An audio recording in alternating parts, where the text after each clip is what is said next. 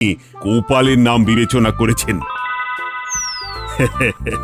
তাহলে বুঝতেই পারছো তো ব্যাপারটা কতটা সভা জুড়ে আজ কি আনন্দ! আনন্দ তো হওয়ারই কথা। আমার সভাসদদের মধ্যে গোপালই যে সব থেকে জনপ্রিয় আর বিখ্যাত সেটা আর একবার প্রমাণিত হলো। আমি মানতে পারলাম না মহারাজ। মহারাজের জরুরি তলব পেয়ে এলাম। কি প্রয়োজন মহারাজ? হাম্বাজ রাজের হাত থেকে তুমি সেরা বুদ্ধিমান পুরস্কার পেতে চলেছ, আর তুমি কি না বাড়িতে বসে আছো? শুধু শ্রম করলে হবে মহারাজ, একটু বিশ্রামেরও তো প্রয়োজন, তাই না? গোপালের কেবল দেখনদারি, আওয়াজ বেশি, বুঝলে? তাহলে আমার একটা সহজ প্রশ্নের উত্তর দিক রাজসভায় কেউ। বলুন দেখি, কোন সে জিনিস যেটা যে দেয় সে জানে, কিন্তু যে নেয় সে জানে না, আর যে জানে সে নেয় না? হ্যালো, বলুন বলুন বলুন। ওই তো মানে এই তো মানে কি জানো, মানে পেটে আসছে কিন্তু ইয়েতে মানে মুখে আসছে না। হ্যাঁ, ওই তো না করে সোজা কথায় বলো না যে জানি না। না না গোপাল, তুমি বলে দাও, কেউই তো দেখছি বলতে পারছে না। এর উত্তর জ্ঞান মহারাজ। এবার তো মন্ত্রী তুমি মানবে যে গোপালের বুদ্ধির সাথে সাথে জ্ঞানও আছে। সত্যি গোপাল, তোমার মাথায় কত কি যে এমন ঘুরপাক খায় কে জানে।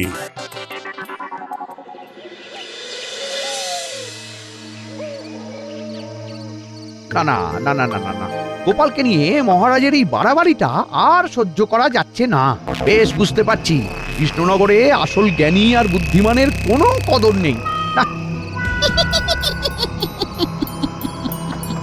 আরে মা, এমন বুদ্ধিমান লোকই তো আমার দরকার ছিল।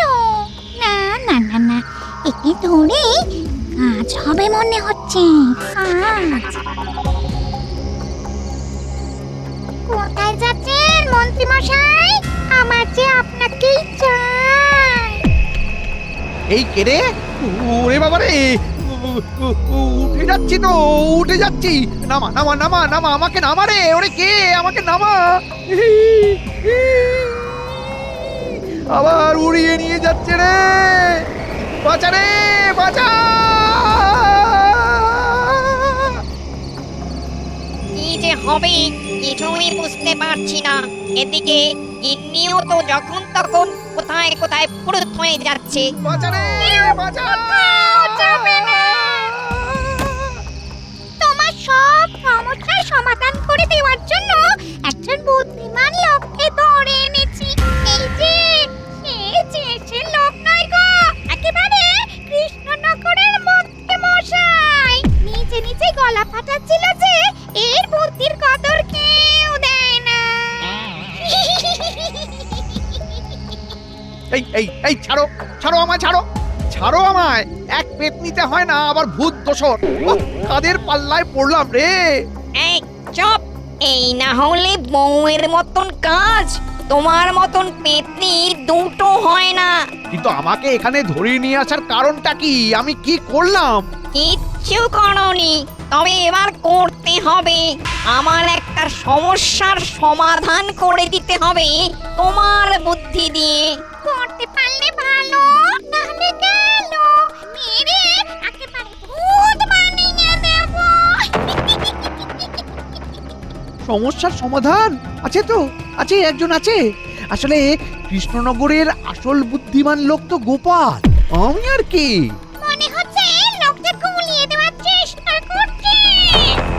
স্বীকার করে নিতে কোনো লজ্জা নেই, অন্য কেউ তো জানবে না। আর বুদ্ধিমান লোকের সন্ধান দিলে ভূত এবার আমাকে ছেড়েও দিতে পারে। বেশ তো, গোপালকেও না হয় তুলে নিয়ে আসবো, কিন্তু তোমাকে ছাড়বো না। এই রে, তা কেন?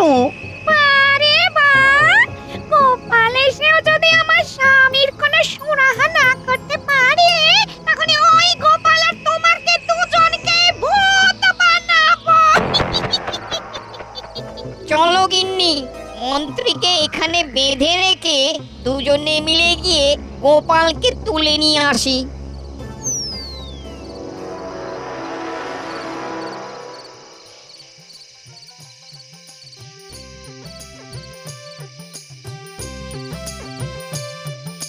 হয়েছে গিন্নি হয়েছে, এইবারে হয়েছে। সে নয় বুঝলাম, কিন্তু হয়েছেটা কি? হ্যাঁ, মন্ত্রী মশাইয়ের থোঁতা মুখ একেবারে ভোঁতা। কারণ খাম্বাজ রাজ্য থেকে এবার পুরস্কার জুটেছে আমার। তাহলে আর কি হই হই করে চারদিকে বলে বেড়াও। বুঝেছি, আমার পুরস্কার পাওয়ার খবরে খুশি হলে না তাহলে? হ্যাঁ, তুমি পুরস্কার পেলে আমার আর কি ক্ষতি বৃদ্ধি হবে গো? আমাকে তো সেই ভাই ফরমাসি খাটতে হবে, আর হাত পুড়িয়ে রান্না করতে হবে। হ্যাঁ, না না না, আমি থাকতে তুমি হাত পোড়াবে কেন গিন্নি? দেখো না আজ আমি কেমন তোমাকে রান্না করে খাওয়াই। এই তুমি থামো বাপু, অত কেরামতি আমি সহ্য করতে পারবো না। হ্যাঁ, আগে আমি আড়াল হয়ে যাই, তারপর তুমি যা ইচ্ছে তাই করো। হ্যাঁ, আরে আরে এই দেখো ও গিন্নি, আরে চললে কোথায়? যা, চলে গেল। না, এবারে তো তাহলে সত্যি সত্যি আমার হাতের খেলা দেখাতে হবে।